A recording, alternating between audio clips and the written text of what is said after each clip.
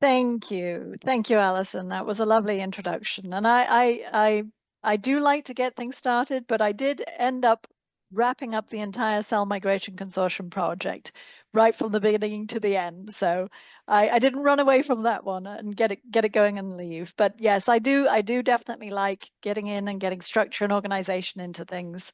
And it's been a pleasure working with the BINA community and actually the bigger, broader global imaging community as a whole. So thank you for the chance to come and talk today. I will start screen sharing and share a little bit more about, oops, hopefully you can see my screen, a little bit more about MicroscopyDB and some of the BINA-related tools as well. So as you know, I'm the former BioImaging North America program coordinator, and it's been, as I say, a great pleasure working with BINA in this community. So a little bit of background on the MicroscopyDB project. As Alison mentioned, a lot of this conversation came up during the pandemic around sharing training resources. And I believe that there was a small group originally with ELMI for the June 2020 ELMI meeting, which actually didn't happen because of COVID. And right after I joined, so I joined BINA in May of 2021, this group put together a core facility day workshop where there was this topic of this sort of centralized database. And I sat in on it, as did Vanessa, who was the program administrator with BINA at the time. And we listened to what the community were interested in doing. And CZI had obviously funded BINA, and they'd given us sort of permission to use some of the funds because this was not in the original proposal to CZI to help support this effort to set up this essentially what they originally said was a website where everybody could go and find all of the microscopy related content. So as Alison said, originally that was very much focused around training and education materials, particularly those that the BINA Training and Education Working Group had put together during COVID. So because at that time I was getting BINA sort of set up and established as a separate independent sort of not-for-profit in its own right as well, I realized quickly that if we wanted this to be something that the community could essentially own, it needed to have its own separate domain. It needed to have its own separate Google Drives and Google contact information, Twitter, and so on. And this was managed by the BINA program team at this early stage. So we listened to what the community had to say during that workshop day at ELMI. And then giving it a little bit of thought, that the founding members you can see are displayed on the bottom of this, the different logos. We were in the midst of revamping BINA's brand and getting BINA's website up and running. And that turned out to be a time-consuming and expensive exercise. And we realized that we really didn't want to be diverting BINA traffic, so our members, away from our website to go to yet another website to get some information. So it started to occur to me that if we had something that was underneath everybody's websites, feeding fresh information to them, it would be a more community spirited effort, because it wouldn't be again driving traffic away from everybody's website. And as we all know, web metrics are often the things that funders look at when they want to determine whether or not you are worth supporting or keeping in existence, so to speak. So this idea started to ruminate that it wouldn't be a separate website you went to search, but would be something that was underlying other websites that you could potentially go and find the content from. So traditionally, the approach was that all of these different groups had their own websites where they would post information that they were hosting an event, or if they had a job available, or training and education materials. But if you were an investigator that was producing any of these things, you would have to go to all these multiple different websites, and you would have to fill in their multiple different forms. So while there was lots of great information and lots of great websites, there were too many places to go to post the stuff. The forms were often very different in format, so you were spending a lot of time sending one thing into multiple different places. Some communities might actually get missed because you might not realize that, the ELMI community might find this resource useful. And the content, therefore, was really partial. It wasn't comprehensive on each of the websites. So lots of time and effort was being wasted trying to get your information out to the community. So this new approach where essentially there's a visibility on all of these community websites for this entity, this place that you could post something, you could post it into the underlying database, and then it automatically went back to your community, but went to another. So the nice thing about this approach is that it meets the communities where they are. So we're not asking people who are familiar with going to a GBI site or to the BINA site to go somewhere else looking for information. We're just telling them, you submit your information here, you'll see it appear here, but then other people will be able to see it in other communities. So it also then doesn't compete with existing sites or run the risk of diverting their user base away from their sites. It avoids a lot of duplication of effort and redundancy because, again, everybody's filling in just the one form for that particular base. And therefore, it also facilitates the broadest dissemination of the most comprehensive information because we're all getting it from this sort of underlying database beneath it. It's relatively easy to expand it to other resources. So originally, the very first base that I put together in Airtable was actually for Quarep Limi, who were interested to know what the bioimaging meetings were around the community that they might want to get their resources out in front of. And that would seem like it was a useful thing for BINA as well, and any of the other communities that might want to know when to host an event and not necessarily step on somebody else's toes because they were also hosting an event during that time. So the event space was one of a very early bases that we put together. And the nice thing about doing it in Airtable is it is customizable as well. And I'll share a little bit more about that later because you can give different communities very specific customized views. So some of the cons to this are some of these display options. And as I go through and I show you what those look like, I'll explain, the pros and cons behind them both. And then also this need for community input around the structure and curation. So obviously we want to have some sort of structure to all of these databases so that they're useful. So we worked initially with, jobs, training and education materials and events to essentially get the database structured in such a way that the information could be collected and displayed in a useful manner. So this slide shows you all the current MicroscopyDB partners. So there are 19 of them and they're growing. And it also shows you which of the 4 bases they display. So 84% of the partners are actually sharing the events pages. 63% are sharing the jobs, and over half of them are sharing all 4 of the available bases. And so if you are submitting one time on a unified form, it is populating multiple websites.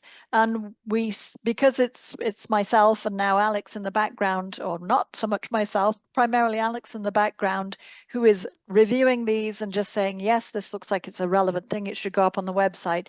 We ask that you give us 2 business days in order to get that up there, but generally speaking, it's done quite a bit quicker than that. So the MicroscopyDB website itself is really not a destination to go and find content. So as I mentioned before, we wanted to avoid diverting traffic somewhere else to go looking for information. We wanted to keep people where they were used to finding information and make sure that they got the most comprehensive information at their normal community website. So what this site does in fact do is it provides information about the project's purpose, and it explains how to partner through an MOU, a Memorandum of Understanding, how to add content, and how to display content. And it helps identify who the partner websites that are working with MicroscopyDB so that you do know where you can go and find that content. So this page that says who we are and partners is essentially where all of those partners are listed, and you can see the different bases that each of those partners are displaying. If you see a base like this that has nothing, it means that they're in the process of figuring out how they want to display that data. And again, I'll show you a little bit what those options look like. And then it tells you again, browsing MicroscopyDB partner web pages. That would take you to this page so you can see what they are. You can add to the forms on this page if you happen to come across the MicroscopyDB website and you don't know about any of these partners, you can still add content as any individual. And you can also learn how to partner with MicroscopyDB, so that if you know of a community website that you go to where this information is not available to you, you can either suggest them to us and we would reach out and say, would you be interested in partnering? Or you can suggest to them to reach out and say they'd be interested in partnering. So once you've signed this MOU, which is really a very easygoing document that basically just says you promise to put the content up on your website, put a logo for MicroscopyDB, or use the words that this data is actually coming from MicroscopyDB so that it gets the credit for generating the data, or at least consolidating it, because essentially what is happening is you are submitting a form and you're putting a link to where that information is, whether it's an event, a job posting, or a YouTube link to your training videos or something like that. And that again is a very intentional act, because we want people to still be able to make changes to those things and it be automatically updated. We don't want to have control over any of that. We want them to still have control over the resource, and also then see how frequently that resource is being accessed so they can report to their funder about how useful a training video might be or how useful a resource is. So there's an easy embed format that you can put the information up on your website, and that takes about a half an hour to put together. Basically, you just create a web page, you put the text, which is sort of designated text for the top of the web page, and then you embed this code into it that pulls the data from the Airtable behind. Or you can do this API method, which is much more time consuming, it's more expensive, and generally speaking requires you to have some web engineering team in order to put that together. So that's not as accessible to the large community of the not-for-profit entities that are working in this space. So I'll show you what that looks like in the next slide. So this is the exact same content being drawn from the jobs base or database, shown here on the right-hand side in the API interface format, where you can see you've got these lovely drop-down options and it all looks very sort of cute and swanky. And then on the left-hand side, you have this embed interface where the table is shown in the embed interface. This literally takes 30 minutes to put together and requires very little in the way of web engineering to do. So it's definitely a popular approach for most people. But again, it doesn't look quite as snazzy. It looks, you have to use these custom card filters and sort features, and then the little search bar over here. But one of the things that we ask that all of the partners do is that they put somewhere on that page where their community can submit content, because again, it's important that we collect content from all of the communities and that they get to see their own content coming up. So you can see that this particular one here that I've highlighted is the first card that's appearing in the Canada site. And again, if somebody in Canada submitted a job to this page, it would go into the MicroscopyDB database. We would get an alert, we'd take a look, we'd make sure that it's actually a microscopy-related job, and we would switch it to on web, and within an hour, that job would then appear both on this site, the BINA site, and then the other sites that you saw were also showing jobs on their websites. So this customizable view that I mentioned. So this is the BINA page for all of the community events. And again, it's in this nice API. You can select between event type. Is this an ad hoc workshop or is it an annual conference? You can select by continents. The African bioimaging community were really fed up of seeing things that they were not able to attend. So they asked for a specific view that basically said, anytime an event is either virtual or hybrid or in person in Africa, and it doesn't have a fee associated with it, we are interested in having it displayed on our website. So they have this custom view of all of the events that are free and essentially online or happening in Africa. And this is the little sort of widget that you can see on our site that tells you whether there's a fee associated with an event. But we are also able to respond to community input, and this open to sponsorship button that has now been added to the events was something that was requested by some of our corporate community members, because they wanted to be able to see what events were looking for sponsorship so that they could potentially get their logo and their products visible in those communities. So by perusing through this web page, you can take a look and see if there's an upcoming conference or event that is open to sponsorship that you'd be interested in having your logos in front of, and then you can reach out to them and ask them more about what their opportunities are. So the other resources, as Alison mentioned at the beginning, largely it was the training and education resources that sort of prompted this discussion. And you can see right now that this is made up of about 150 different submissions right now. And the beauty of this is if you have a webinar and you are recording that training webinar, you can put it in the events database. And when that event goes away, that goes off of that base, but you could then submit that recording to this training and education resource base where it would stay. So you could point to it and other people in the community can then see it as well.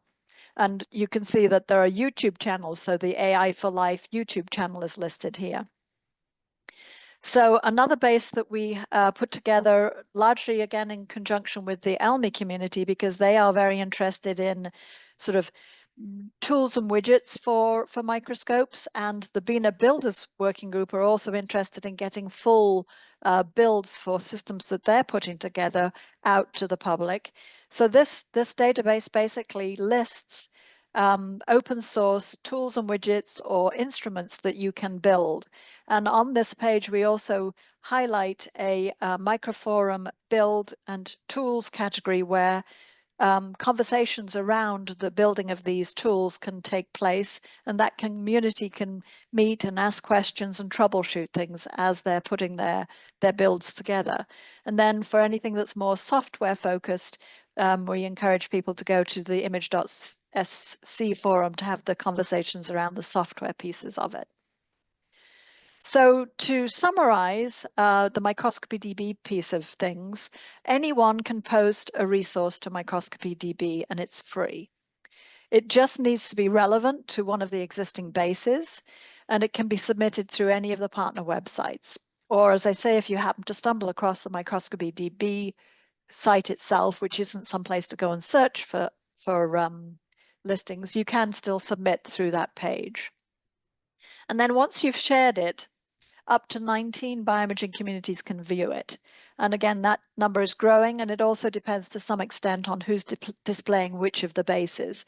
But over half of those 19 people are displaying everything that's available.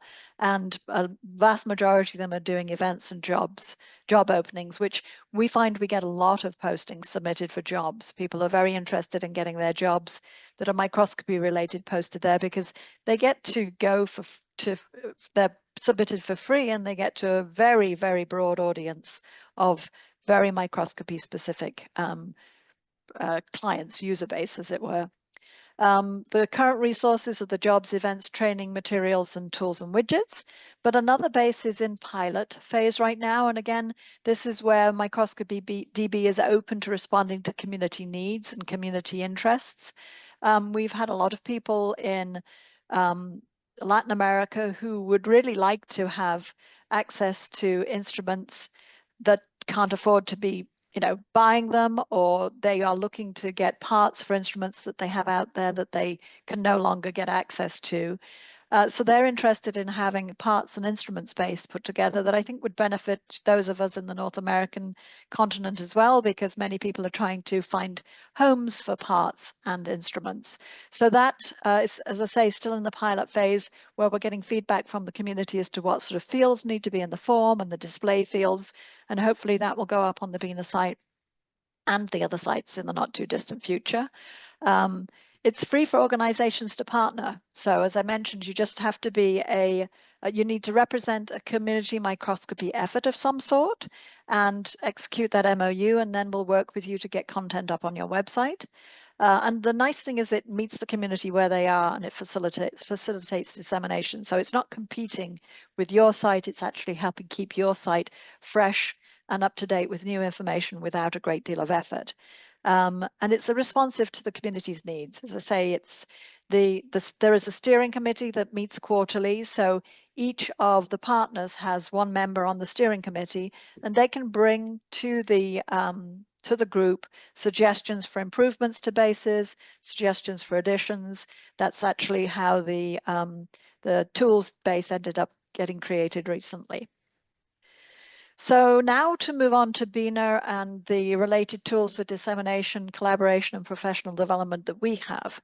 So if you're in this audience and you are not yet a BINA member, please consider joining BINA. It's free. It doesn't cost anything. You get our monthly newsletter and you get to come to events like this. I would say 90% of BINA's program is actually done online and it's free. So anywhere in the world, you can come and join us and have presentations like this. There's a whole bunch of other activities on our activities page that happen monthly. User groups. It really is a great organization to join. And we have everything on our site. So as I mentioned, BINA is one of the partners that is displaying everything from MicroscopyDB. And this is our navigation bar. You can find it under our community resources section on our page, as well as distributed through other pages of the website. You can come in here and you can go directly to those bases where they're displayed on BINA's website. And we facilitate collaboration. So we have a core facility page, which is the next tab over. And this is a lovely page that shows you on a globe where all of the North American core facilities are registered on our site. And when they submit their form to be on this page, they can indicate whether they're open to being hosts of exchange of experiences, whether they're open to hosting an instrument demo, or whether they're open to collaborations. So if you click the collaboration button, you will see that this narrows down the number of core facilities that are open to collaborations. But then if you select on the drop down here for the type of technology and you select, say, for example, SIM, if you're interested in collaborating with somebody on structured illumination microscopy, this can identify for you where in North America there are people who are willing to do that. And it hopefully facilitates those interactions and collaborations, because you can then click on their card in this view and you can get in contact with them through their website. So we also have a number of programs, and one of those is our professional development programs through the exchange of experience. So this core facility page is very useful for that too, because again, you can select whether a core is open to hosting an exchange of experience, and then you can select using the drop-down selection whether you're interested in a particular technology as to where would be willing to host a technology-driven exchange of experience. And this BINA program allows academic BINA members to visit peer imaging facilities or labs where they can learn about a new technique, or they can brush up on their skills with a particular technique. They can develop and expand management skills, because many of these are core facilities that run cores and are managing core facilities. Several of them also have image data management and analysis skills opportunities as well. So that program is really very broad, and it will cover the travel and accommodation expenses for that visit. So again, this QR code will take you directly to that program page, but it's underneath the drop down at the top there under program. And then also under the program tab is our professional development page. And every fall, we will open up to the BINA community to submit a course that a BINA member might be offering. And Alison has organized OMIBs for many years. It's now being organized by other BINA members.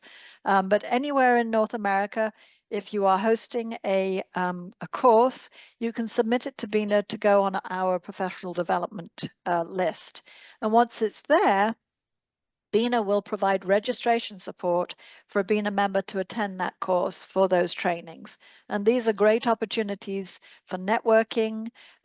We've done some sort of longitudinal studies with some of the people that have attended these courses, and it's wonderful because they remain in contact with many of the trainers on the courses, but also many of the people that they were in the training cohort with. So it helps build their network of proficient users and microscopists in a wide range of different techniques, as you can see from the courses that are being offered.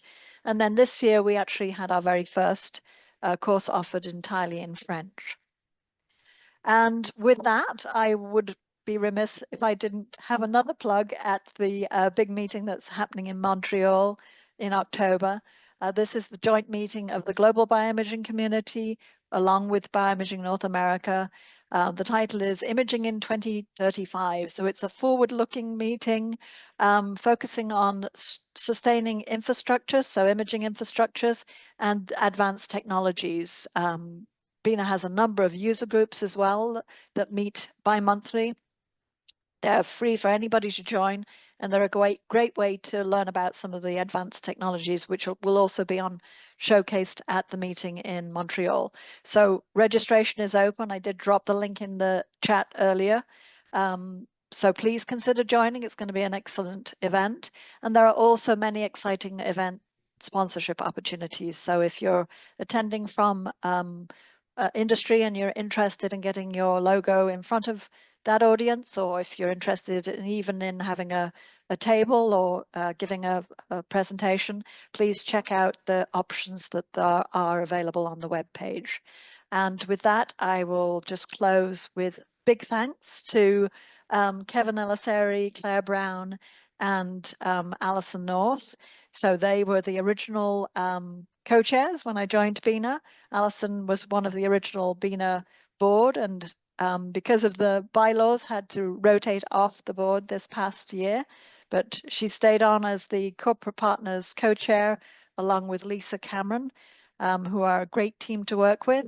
And Alex has joined us only very recently, and I'm loath to have left so soon after she's joined because she's wonderful.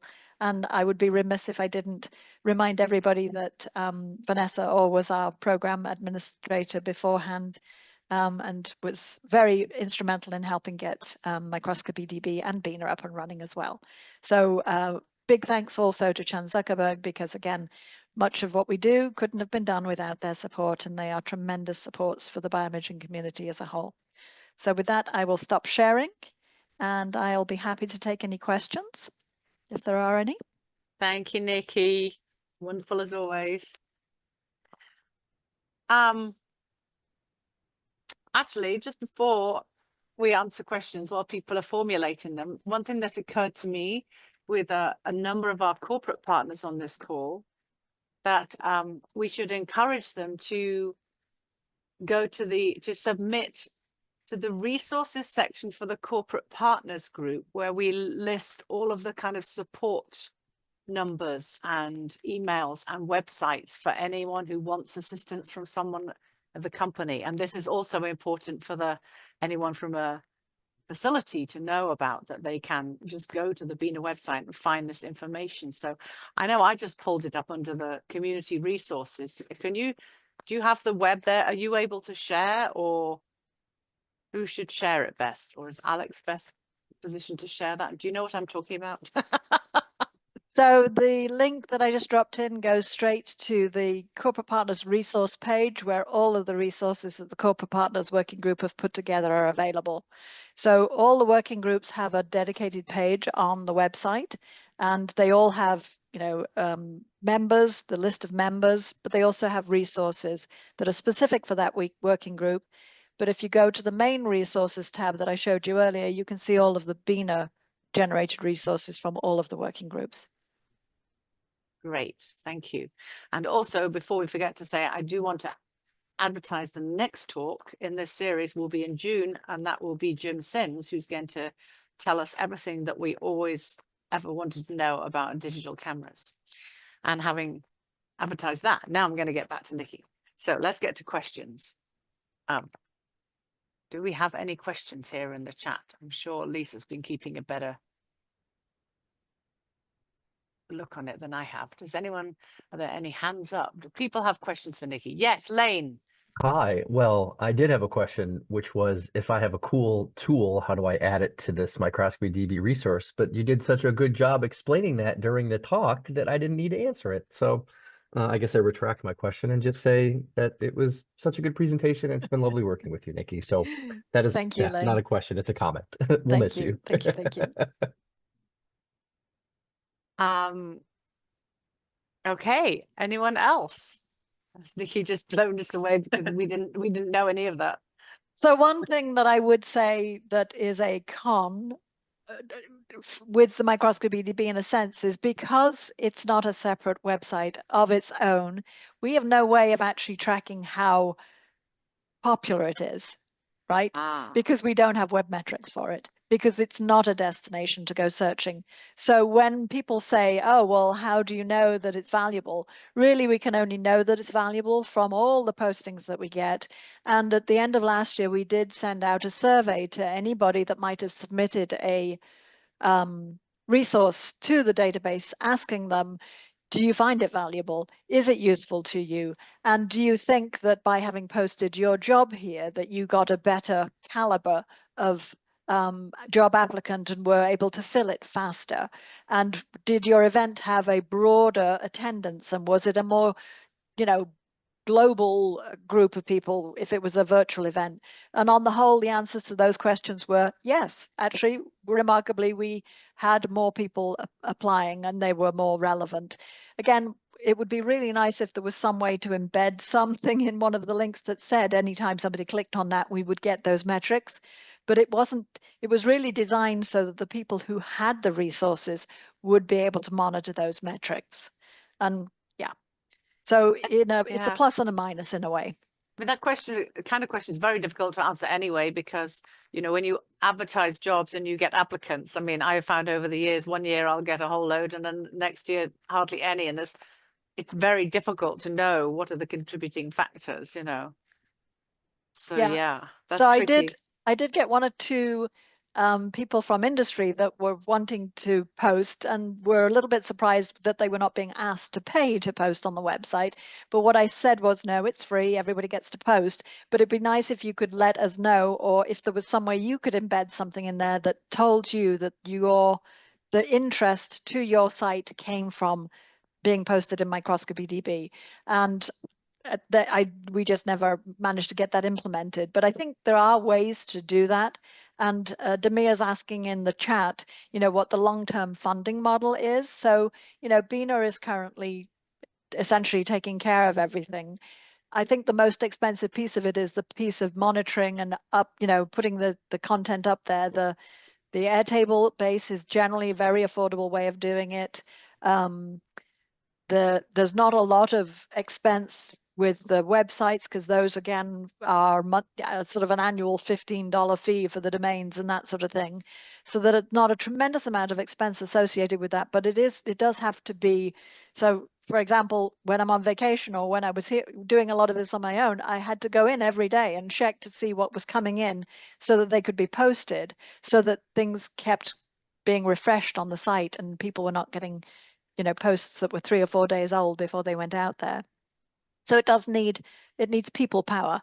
And so the long-term funding model, maybe it would be that there would be a small fee to pay. Maybe it would be a consortium type approach where essentially if you are a partner, there's a small fee to be a partner, but you would automatically get to post for free, and then anybody else might be expected to post for $1 or something like that. Because we've had so many posts, I think that those dollars would add up pretty quickly.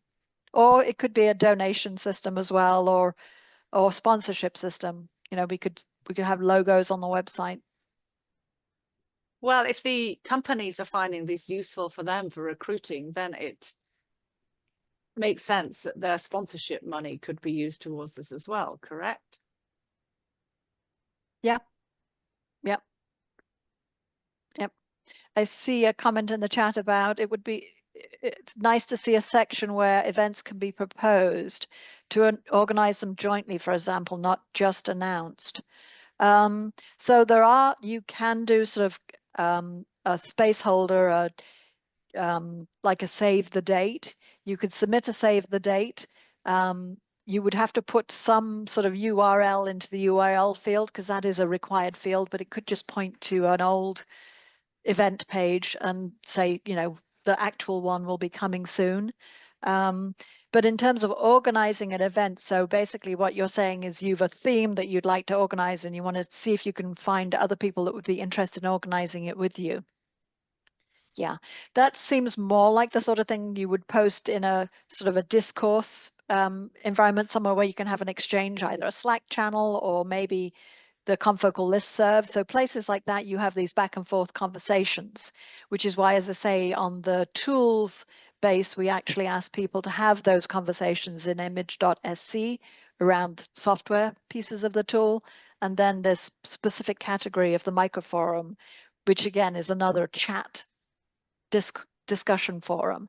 So MicroscopyDB isn't that currently. Could it be? Yes, I imagine it could be, but one of the things that we also try not to do is, if there's an existing resource out there, to try to actually drive traffic to use that existing resource rather than creating yet another resource so that everybody has to go somewhere else to get their information. So again, it was a very intentional decision not to create another place to go and have conversations about tools and widgets, because those conversations should be happening in the microforum category and not to have conversations around software somewhere else other than image.sc. What about conversations about what could be done with MicroscopyDB? Now you have 19 partner organizations. Do you have, like, you know, a meeting with them once a year where you all discuss how the rest of them would like to see this move forward? Or So they're quarterly. So the steering committee meets basically 4 times a year. That's what we try and aim for. And the group gets together. Anybody that's a part and has executed an MOU basically identifies someone in their organization who'll come to that meeting, who will help decide on what proposals come to the table in terms of, you know, somebody comes and says, we'd like to add a new column to this particular page. We'd like to add a whole new database. So for example, the parts and instruments database was proposed. Generally, we start those up as a pilot where we see if we get submissions. So it takes a little while to get traction. So I will say that the jobs and the events, it took a little while. Initially, it was just myself and Vanessa actually putting these things into the base whenever we came across something, because, excuse me, people weren't really very aware of the fact that it existed. But once people started to know it was there and that this was a great way to get their job advertised in a broader community, then the number of submissions started to pick up and we stopped doing it ourselves. And the same would probably be true for, you know, this equipment and tools, equipment and parts base. Initially, we would probably work with BINA members who we knew had components that they wanted to part out and advertise it as a place for everybody to go on and put their information about things that it's not a wish list. So we've been asked, could we put out a wish list and say, oh, I'm looking for something. Again, I think those it's possible that could be a wish list. There could be a separate one. Maybe it's a toggle button. I would like, or I have. Again, that's how you organize and structure those bases. And the bases it is an evolving thing. So if you implement the API version, it is problematic if you start changing around columns and moving things about, because it breaks the way it's depicted. So that easy embed view while it isn't very pretty, is an excellent way of doing it, because you can add and subtract stuff from the base, the background database, and it doesn't break those depictions on the website.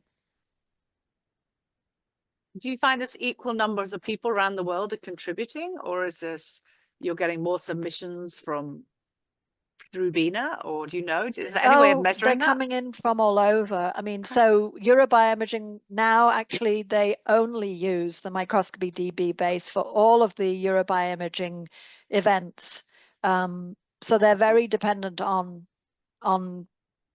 submitting their content to MicroscopyDB and then their community seeing it through MicroscopyDB.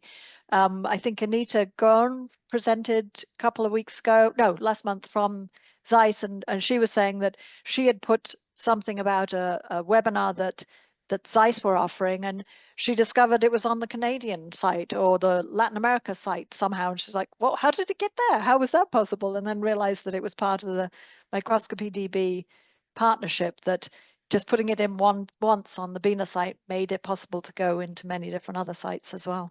But then, I'm sorry, I might have missed this, but then who does the curation? If things are coming in from all over the world, are you curating all of these still, or are other people helping? Yes. No, we do, and then Alex is essentially doing it now. So it's an effort.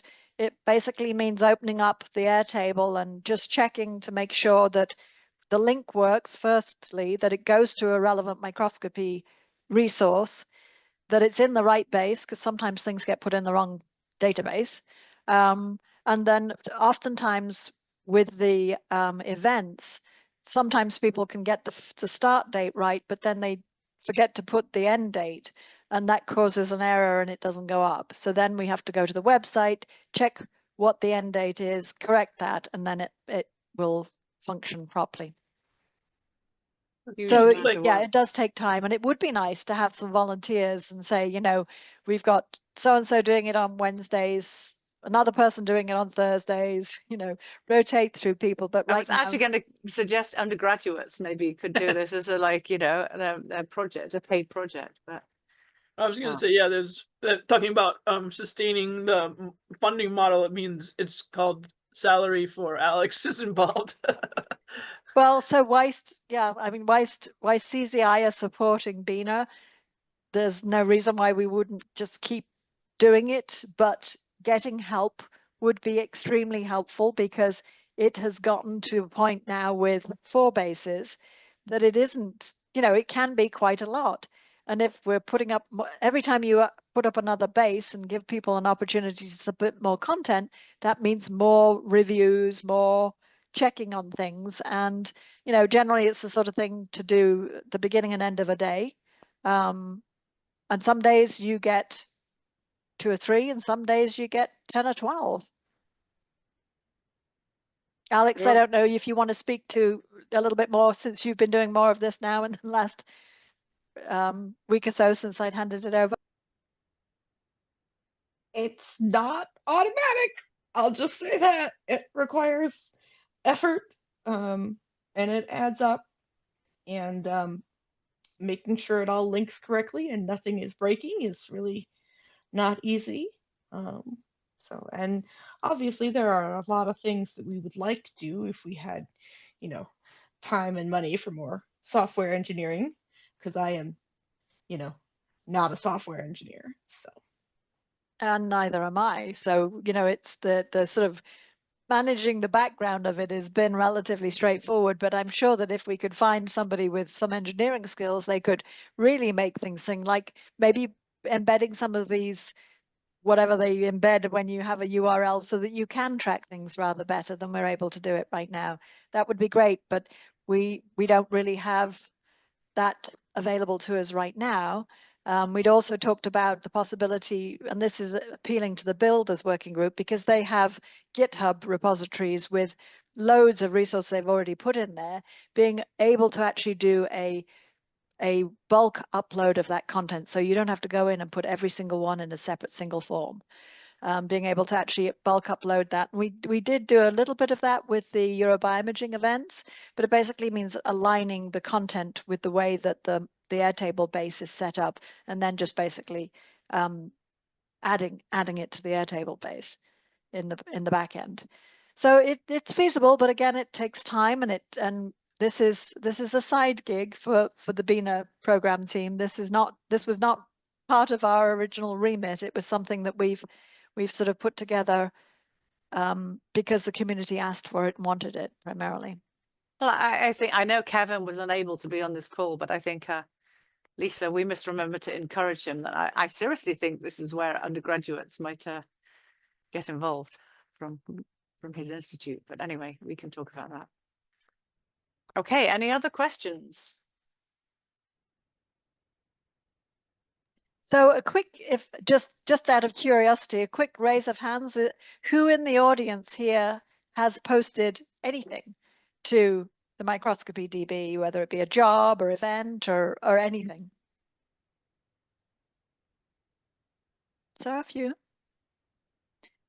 So for the rest of you that haven't necessarily used it, next time you have a job that you're trying to fill, or next time you have an event that you want to make sure people are aware of, please add it. And then if you are a builder out there, please add the tools. And if you produce any kind of training videos or any kind of training materials at all that you want people to be aware of, that training database would love to have more submissions. From the companies too, right? Yeah, oh yeah, companies Yeah. in particular, yes, because I mean, we know that companies have a tremendous amount of training material that not everybody is necessarily aware of. Yeah. Well, that was great. So thank you so much, Nikki. I'm not going to say a tearful goodbye because we're going to stay in touch. But thank you